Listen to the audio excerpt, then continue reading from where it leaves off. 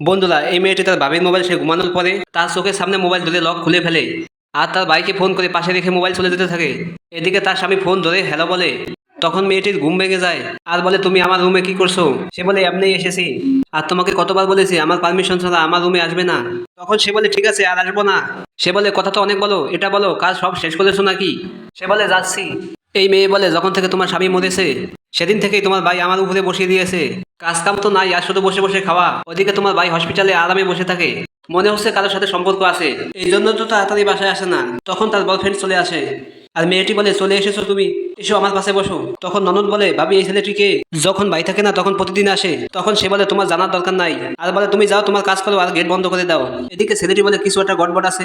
বন্ধুরা, এদিকে ছেলেটি বাসায় এসে তাদের দুজনের সাথে যা করলো তা শুনে চমকে যাবেন। লাস্টে ছেলেটি তাদের দুজনকে হাতে নাতে ধরে ফেলে আর দুজনকে ঘর থেকে বের করে যখনই ডিউটি থেকে বাসায় আসে তখন এই লোকটি তার গলায় রুমাল পেঁচিয়ে রেখে দেয়।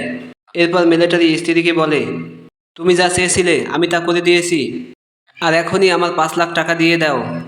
মেয়েটি বলে, আরে আঙ্কেল, তাকে এখান থেকে সরিয়ে রাখুন, তারপরে সে না আমি তোমাকে 5 লাখ টাকা দেবো। লোকটি বলে, তুমি আমার 5 লাখ টাকা দাও, তারপর যা বলবে তা আমি করব। এরপর মেয়েটি লোকটিকে 5 লাখ টাকা দিয়ে দেয় আর বলে, তাড়াতাড়ি তাকে সরিয়ে ফেলো। লোকটি বলে, আমি সরিয়ে ফেলবো, তবে তুমি এটা বলো তোমার স্বামীর সঙ্গে এইরকম কাজ কেন করলে?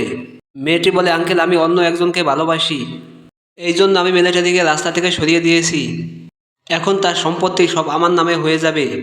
তখন তার মিলিটারি স্বামী উঠে দাঁড়ায় আর বলে, আমি মরি নাই, আমি মরার নাটক করেছিলাম যাতে তোমার সব সত্যতা আমার কাছে চলে আসে। বন্ধুরা, লাস্টে মিলিটারি তার স্ত্রীর সাথে যা করলো তা শুনে চমকে যাবেন। মিলিটারি তার স্ত্রীকে তালাক দিয়ে ঘর থেকে বের করে দেয়।